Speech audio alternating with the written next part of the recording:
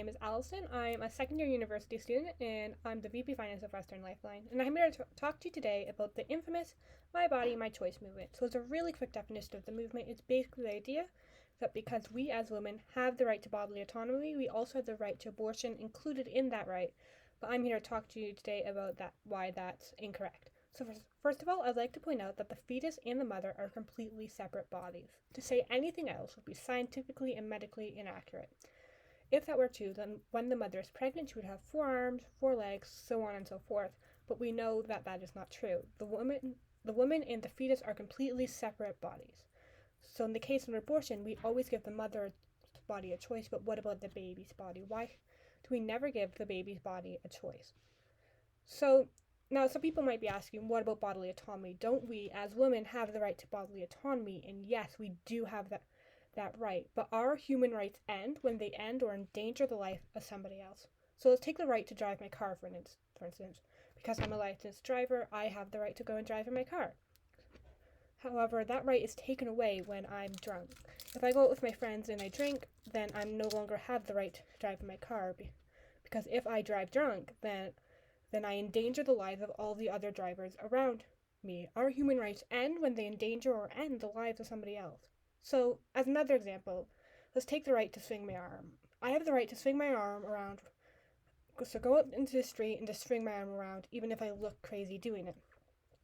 However, if I go onto the street and start swinging my arm around and I know I'm going to hit someone, then that right is taken away from me, because that's assault. Our human rights end when they end or endanger the lives of somebody else. Abortion knowingly ends a human life. It knowingly ends a human being. So yes, women do have the right to bodily autonomy, but that right ends when it ends the life of another human being. So let's talk about human rights for just a bit longer. So as humans, we have a number of human rights.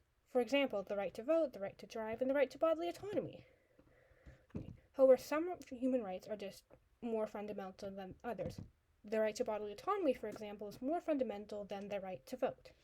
So the most fundamental right that we have is the right to life. Without it, we have no other rights. So because some rights are more fundamental than others, then we have a hierarchy of human rights, whether we want to admit that or not. So as I said, some rights are just more fundamental than others, and because of this hierarchy, we have situations where human rights clash, like in a pregnancy. So in a pregnancy, we have the woman's right to bodily autonomy clashing with the baby's right to life.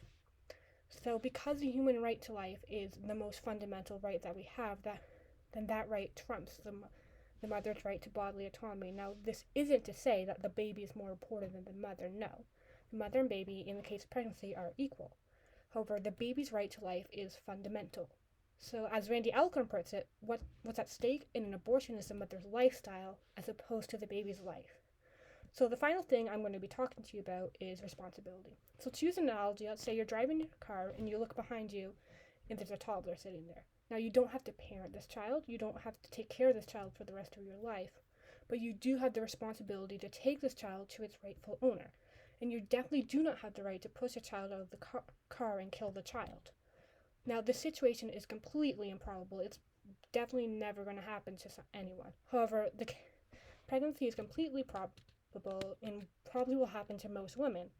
Now, in the case of pregnancy, while you don't have the responsibility to parent this child because there's adoption and foster sisters in place for that situation, you do have the responsibility of transportation, of taking the baby from the point of conception to the point of birth.